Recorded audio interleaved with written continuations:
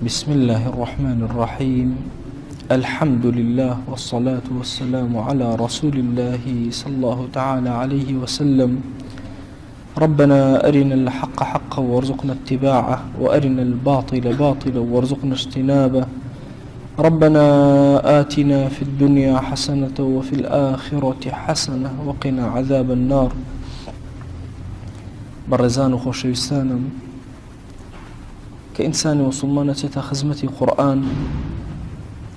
لقرآن قوري بيغمري صلى الله عليه وسلم سيركات أبينا رب العالمين باسي زمان وقصي بيغمري صلى الله عليه وسلم كردوه أفرمي وما ينطق عن الهوى إن هو إلا وحي يوحى. وشيء نية حرف نية نطق نية بزماني في غمري صلى الله عليه وسلم بيت إلا وحيا. يعني لشو يكثر أفرمي وقيله كإمامي زمخشري أفرمي وقيله خواسين بقصي في غمري صلى الله عليه وسلم أخو شاي في غمريان صلى الله عليه وسلم لقرآن باسي كراوة ما زاغ البصر وما طغى.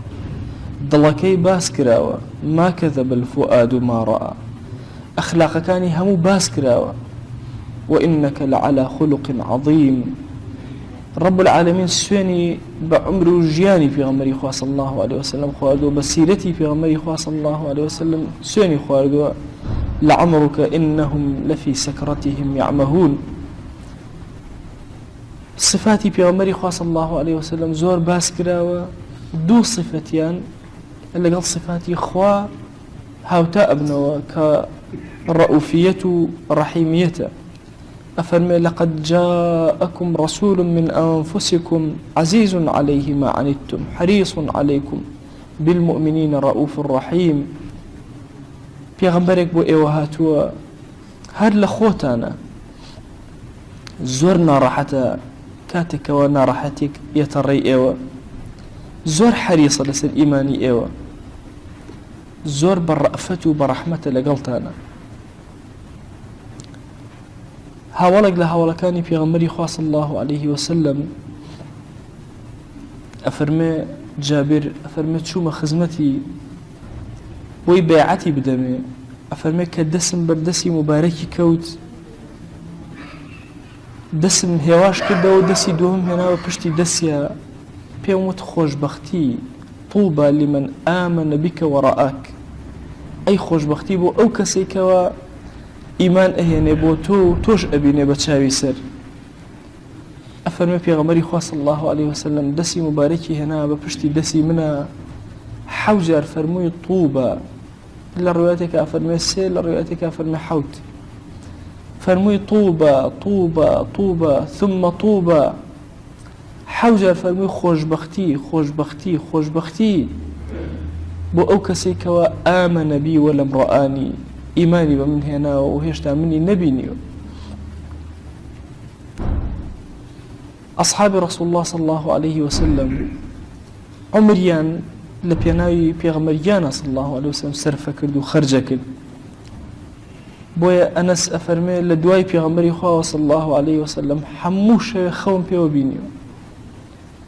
أفرمي تمناءكم توزي زوتر بمرم روجي قيامت بي لقيامتها هاواركم ها أنا خوي ديمك يا رسول الله صلى الله عليه وسلم من خادم بچوك كيتوم. أنا سيكوري مالك لهر صالانية وخزمة كاري في غمري خواب صلى الله عليه وسلم. أصحاب شوقي لناخينا هاواري أكربوا بينيني في غمري خواب صلى الله عليه وسلم. يشيق لها ولان كخلقي طائفة بناوي عبد العزة منالك شانزة صال كومالي لها ولاني بيني هيئتي أنزور جوان دموشاوي أنزور قجبو روشت لانو تأست قومي وكو إيوم نبيني وإيو كين كان إما أتباعي محمد صلى الله عليه وسلم وتي كي محمد بو من نبيستوه وتيان أو كسيك هاتو لان خو بيغمبرا هاتو داوال خلقك كشريك بو خو قرار ندن الزنا نكن دسيان باق بي قطع الرحم نكن سرداني يكتركن خرابكاري نكن ڕیبا نەخۆن هەندێک لە صیفاتەکانیان بۆ باس کرد فەرمووی ئەی چۆن هەموو خەڵکی شوێنی ئەمە نەکەوتووە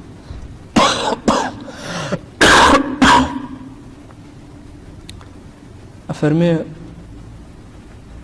ئەوانیش پێیان وتیان خەڵکی شوێنی ئەکەین ئەفەرمێ عەبدولعوزا کە مناڵ بوو باوکی وەفاتی کردبوو مامی دایکی خواستبوو لە مامی بوو ئەڵێ ڕای کردەوە بە ماڵە هاواری کرد لە مامی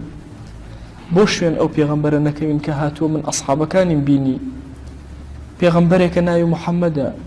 صلى الله عليه وسلم پێغەمبەرێکە کە ئەمرەکە بۆی کەس شەریک بۆ خوا قەرار نەدا کەس زینا نەکا کەس داوێ پیسی نەکات کەس ڕیبا نەخوات کەس دزی لە یەکتر نەکا صفاتە جوانەکان ئەڵێ هاوارم کرد ئەڵێ ئەوش هاواری لێکردم بێدەنگ بە با کەس گوێی لە ئێمە نەبێ ئەڵێ زۆر سەرم سوڕما بۆچی بێدەنگ بن ئەم پەیامە جوانە کەی هی ئەوەیە بێدەنگ بن ئەڵێ وتی بە هیچ شێوازە جارێکتر ئەم قسان دووبارە نەکەیتەوە ئەڵێ وتم دەی دڵنیا بە من ئەو محەممەدەم خۆشەوێت و شوێنی ئەەکەوم ئەڵێ وتی بە هیچ شێوازێک ناهێڵم ئەڵێ 9 مانگ سجنی کردم بۆی ئەم شتان لە بیر بچێتەوە ئەڵێ هەموو ڕۆژێک لە ناخما پڕ بە دڵ خۆشەویستیم بۆ پێغەمبەری خوا صلی الله عليه وسلم زیادی ئەکەم هەموو ڕۆژێ زیاتر حەزم ئەکرد بیبینم حەزم ئەکرد بە خزمەتی بگەم ئەڵێ هەموو ڕۆژێ ئەم حەنانە لە ناخما ئەم شەوقە لە ناخما بەهێزەوە بەرەو نیگای پێغەمبەری خوا صلی الله عليه وسلم ئەڕۆژ ئەڵێ ڕۆژ بە ڕۆژ مامەکەم قاسیتر ئەبوو لەگەڵ ما خراپتر ئەبوو لەگەڵ ما ئەڵێ ئەخیر جار وتم واللهی هەر ڕێشم لێ بگری هەر ئەڕۆم ئەچم بە خزمەتی ئەگەم ئەو جایەمەوە ئیشەکانە بۆ ئەەکەم ئەڵێ ئەویش وتی ئەگەر لەم ماڵی من بچیتە دەرەوە بە هیچ شێوازێک ناهێڵم ئەڵێ وتم هەر ئەڕۆم ئەڵێ ڕایگرتم هەرچی جل لە بەرما بوو هەمووی داکەن ڕوت و قوتی کردنەوەتی دێ بڕۆ هەرچی شتێکە هی منە هیچ شتێکت نادەمێ ئەڵێ چوومە دەرەوە لە ماڵەکە بەناو چەند بەردێکە ئەڕۆشتم پارچە پێستم ئەدۆزیە و هەر چۆنێ بوو تەرتیبم ئەکرد هەتاوەکو عەورەت و داوێنی خۆم پێ داشاری ئەڵێ ڕام کرد بەرەو مەدینە ئەڵێ بەو ڕێگایە زۆر مانوو بوو سەحرایەک تەپ و تۆزی زۆر دەم و چاوم هەر هەمووی داپۆشرا بوو برسیم بوو ڕەنگم زەرد بوو جلم لەبەرا نەبوو ئەڵێ خۆم کرد بەناو مەدینەیە ئەڵێ بینیم خەڵکێکی زۆر جوان سیما جوان هەموویان وەستا بوون ئەڵێ وتیان چی تەوێ ویان زانی شێتم وتم رسول الله صلى الله عليه وسلم ئەوێت ئەڵێ پێغەمبەری خوا صلی الله عليه وسلم فەرمووی من ئەوم ئەڵێ هەندێک لە هاوڵان شتیان هەڵدا بۆم مێزەرە و شتەکانیان ئەڵێ پێچان بەخۆمەوە نزیک بوومەوە قاچەکانی ماچ کرد یا رسول الله صلى الله عليه وسلم 9 مانگە ئیشتیاقی بینینی دەم و چاوی تۆم ئەفەرمێ پێغەمبەری خوا صلی الله عليه وسلم لە باوەشی گرتم زۆر ڕێزی لێ گرتم ئەڵێ چیرۆکی خۆم بۆ گێڕاوە ناوی لێ نام عەبدوڵڵایەکێکە بێ لەو هاوڵانەی کە لە غەزوەی تەبووکە یەتە خزمەت پێغەمبەری خوا صلی الله عليه وسلم ئەڵێ یا رسول الله صلى الله عليه وسلم دوعام بۆ بکە بەشم ئەمە خوایە کافران بمکوژن ئەم جەستەی کە هەمە جەستەکەشم نەدۆزرێتەوە بچێتە ناو سکی تەیڕەکانەوە ئەمەیە لە قیامەتە لە بەردەم ڕەب العالەمینە بەخوا شاد ببمەوە ئەفەرمێ پێغەمبەری خوا صلی الله عليه وسلم دەستی بەرز کردەوە فەرمووی اللهم حصنه من سيوف الكفار خوایە بیپارێزە لە شمشێری کافران ئەڵێ زۆر عاجز بووم وتم یا رسول الله صلى الله عليه وسلم والله من نەهاتومەتە دەرەوە بۆ شەهادەت نەبێ ئەڵێ فەرمووی ئەی نەتزانیوە ئەو کەسێکەوە بەسەر وڵاخەکەیەوە بکەوێ وفاتکە هەر حسابەکرێ بە شەهید ئەو کەسەی بە تا بڕوە وفاتکە بە تایەکی بە قووەت هەر بە شەهید حسابەکرێ یەکێک لە ڕاویەکان ئەفەرمێ چوومە خێمەکەی پێغەمبەری خوا صلی الله عليه وسلم ئەو شوێنەی بۆی دانرا بوو ئەڵێ نەمبینی لە دوای غەزوەی تەبووک ئەڵێ سێرم کرد لە دوورەوە ئاگرێک هەیە بەرەو ئاگرەکە چووم سیرەکەم پێغەمبەری خوا صلی الله عليه وسلم ئەبوو بەکر و عومەر هەمویان وەستاون بە دیار جەنازەیەکەوە ئەڵێ کە چووم سیرەکەم عەبدوڵڵایە تایەکی زۆر بە قووەتی هەیە توانای قسەکردنی نەماوە ئەڵێ سێرم کرد پێغەمبەری خوا صلی الله عليه وسلم کەمە خۆی لە مەکە هەڵ ئەداتەوە بۆی قەبرێکی بۆ تەرتیب کرد ئەفەرمێ دوای ئەوەی وەفاتی کرد و شۆرا و لقبركيها في غمري خوا صلى الله عليه وسلم كم يقراكشا إن جادوات الهستا وبدسي مباركي خوي ناشتي أفرمت تمنام أكر من لجيك عبد الله بن تمنام أكر من بم أو كسي كباوكم بردبي بمنالي تمنام أكر من بم أو كسي بروتي رام كردبي كاتك أو مشهدا بيني في غمري خوا صلى الله عليه وسلم في المسك بتشاوي أهات أخواره ولا بينا عبد الله أم اشتياقيك لناخي أصحابها بو بخوا أبي لناخي إيه مشاهبه والله نابي كم ترخمي من هبي لحقي في غمري خوا صلى الله عليه وسلم ورا لروج قيامتها في غمري خوا صلى الله عليه وسلم شكات من ليك لا رب العالمين لسروي قرآن ما نخفي عنده لسروي قرآن ما نكدو تحاكم لسروي لخزمتي قرآن نبوين شكات من ليك وببخيلنا وما ببا أقر صلوات من لسرين دابه اللهم صل على سيدنا محمد وعلى آل سيدنا محمد والله هريك لإيما أبي لهمو حياتي رنگ دانوي كردوكاني في غمري خوا صلى الله عليه وسلم تيابي آخر شون خوش من واشتياق من بو أو نبيت والله كجلق لبرأكي كم جار دسي الراسد لبرأكي قاتل الراسد لبرأكي ويناي في غمري خوا صلى الله عليه وسلم أكيد كاتي كدائني كم جار لا يتشبدأني ويناي في غمري خوا صلى الله عليه وسلم أكيد في الله وكان اللي في أكي كم جار لا راس لبرأكيد كاتي كش كدادنا يكم جل لا يتشبدأني ويناي في غمري خوا صلى الله عليه وسلم أكيد لسر سفر كدأني شيء ويناي في غمريان صلى الله عليه وسلم أكيد والله كاتك أو كاتك أخوي بلا راستا دسد أخيت بن سرد رؤكيت روقة وقبلة والله لو كاتيا ويناي في غمري خوا صلى الله عليه وسلم كي كتشون بوا كاتك نياجكين ويناي أو أكين صلوا كما رأيتموني أصلي كأنما في غمري خوا صلى الله عليه وسلم بتشأي سر أبيني كاتك لهل سكوت مانا لقل تعامل مانا لقل دوروبر مانا دايكو باو كخشكو برا خزمو كسكار مسلمانان ويناي في غمري خوا صلى الله عليه وسلم أكين بلام برزانم يكشون هي بداخل وعلم أمره لكردستاني إما ويناي في غمري خوا صلى الله عليه وسلم بوني نسيمي قلاوي أو تيا نابي بسري أوش مجلس كان معنا كغيبتي تيا أكيد بخوا مجلس كاني في غمري خوا صلى الله عليه وسلم غيبتي تيا نبو بخوا دلي في غمري خوا صلى الله عليه وسلم حقدي برامبر بيكس تيا نبو بوي أبيني رؤوف ورحيم برامبر بإيمان داران إما في اسمان بويا مجلس كان من بقورين بمجلس بوني في غمري خوا صلى الله عليه وسلم بدا والله أبيت شاومان وهابي وكو شاوكاني أو دسمان وكو دستكاني أو دمان زمان من وكو زماني أو إما هيئتو الشيوي درومان هاويني أصحاب رسول الله صلى الله عليه وسلم أبيت ناخمان شون ببرانبريان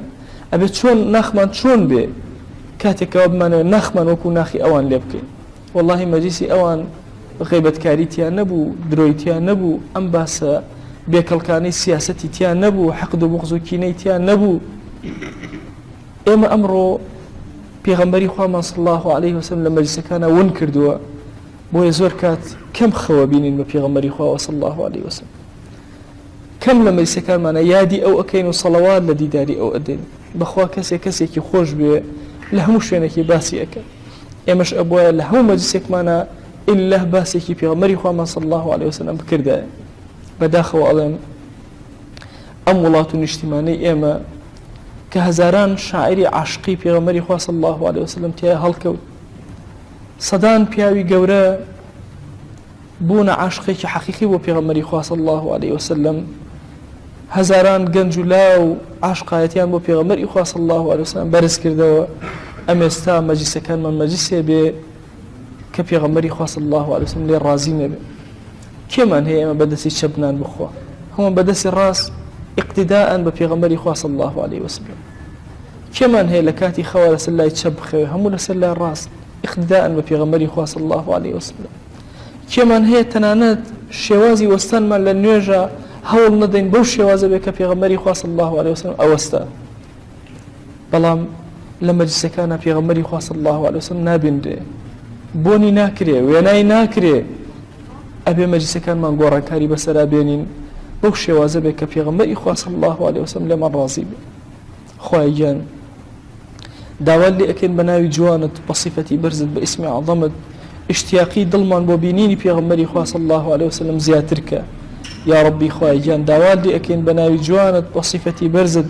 بە ئیسمی عەظەمت مەجلیسەکانمان بکەرە مەجلیسێک کە پێغەمبەری خوا صلی الله عليه وسلم پێ ڕازی بێ خوای گیان ئێمە هەڵەو کەم و کوڕیمان هەیە لە عەبادەتەکانمانە لە عیبادەتەکانمانە ئەمانەوە جوانترین عیبادەت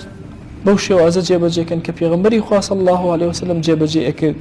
یا ربی خوای گیان بمانگێڕە لەو عەبدانەی کە بە تەواویمانە عبداتەکانیان وەکو پێغەمبەری خوا صلی الله عليه وسلم جێبەجێ ئەکەن یا ربی خوای گیان داوان لێ ئەکەین بە ناوی جوانت بە صیفەتی بەرزت بە ئیسمی عەظەمت هەموو ساتێ پێغەمبەری خوا صلی الله عليه وسلم بهێنەرە پێش چاومان لە ماڵەکانمانە لە مەجلیسەکانمانە لە تاعەتەکانمانە یا ربی خوای گیان کارێک نەکەین ئیلا پێغەمبەری خوا صلی الله عليه وسلم وێ ناکەی لە پێش چاومان بێ یا ئەکرەم الئەکرەمین خوای گیان لەم مەجلیسەمانەوە بە زمانی بە ڕۆژەوە صلوات أنيرين بو پیغمبری خوا صلی الله عليه وسلم خواهیان صلاة والسلام أما جسي إيما بقينا بو يا أكرم الأكرمين خواهيان هرك الصلوات بديداري محمد المصطفى اللي بدات تو ده صلوات بديداري أولي أدي خواهيان إيما هرشي صلواتي جوانا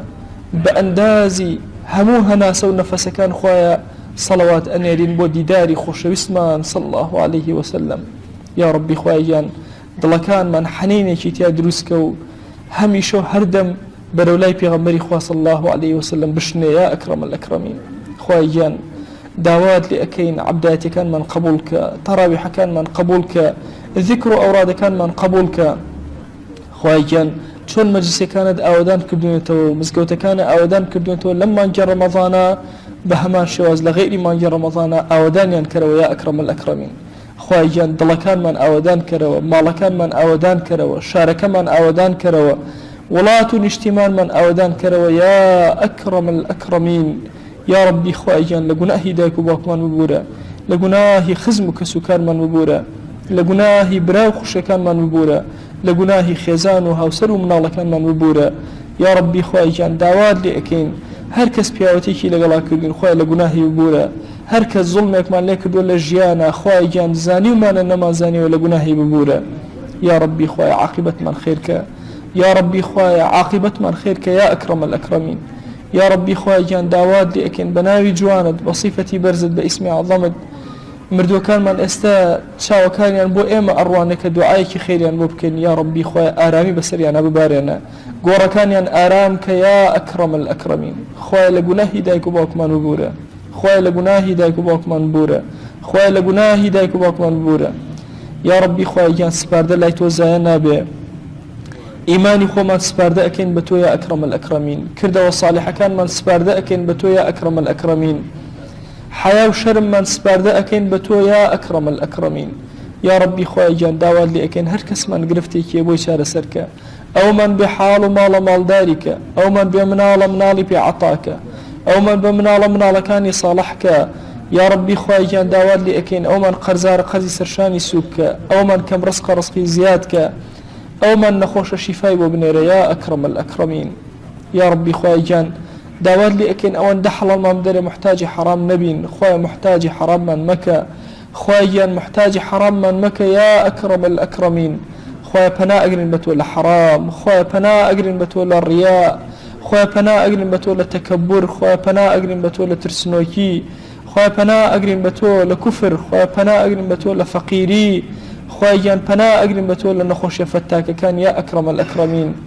خوای گیان زەلیلی سەر جێگەمان مەکە محتاجی دەستی نامردمان مەکە زەلیلی دەستی زاڵمانمان مەکە یا ئەکرەم الئەکرەمین خوای گیان بەهانای ئومەتی پێغەمبەری خوا وەرە صلی الله عليه وسلم خوای گیان لە میحنەتەکان ڕزگارمان کە لە دەستی کافر ڕزگارمان کە بمان خەرەوە سەر قاچەکانی خۆمان یا ئەکرەم الئەکرەمین بەزەیی بەسەرمانە ببارێنە یا ئەرحەم الراحیمین یا ربی خوای گیان خەریکە قیبلەی دووهەممان داگیر ئەکرێ یا ربی خوای گیان بەهانامانە وەرە ئەم ئومەتە عەدالەتەکەی پەروەردگارە بخەرەوە سەر قاچەکانی خۆی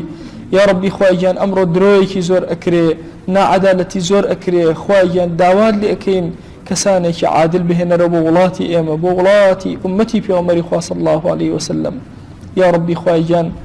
داوات لێ ئەکەین بە بەزەی خۆت پەروەردگارە بە ڕەحمی خۆت بە کورچ و کاڵی خۆمان لە عیبادەتە لەگەڵا مەکە یا ئەکرەم الئەکرەمین خوای گیان داوات لي أكين بناوي جوانت بصفتي برزت باسم عظمت مهرباني خود بسرمان أببارنا بزي خود بسرمان أببارنا بركاتي أسمان وزي بسرمان أببارنا خواهي جان كان يا وكان من هالقلاوك بير كان من برآوك زي زار من پر بركتك يا أكرم الأكرمين يا أرحم الراحمين خواهي جان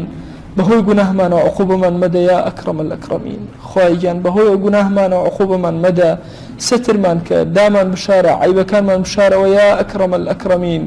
خواهي جان داود لكن علمي شرعي من زيادك يا ربي خواهي خزمة كاريمان بو دينك زيادتك يا ربي پروردگار قبول منك يا أكرم الأكرمين لمن راضيب يا أكرم الأكرمين خواهي جان أم دعانا برزمان كردو بوتو خواهي لمن قبولك خواهي لمن قبولك خواهي لمن قبولك يا رب العالمين يا ربي خواهي جان امن نور روجو بوتو بروجوين پروردگارا دسمان بوتو برز كردو تو هانا من بوتو هناوا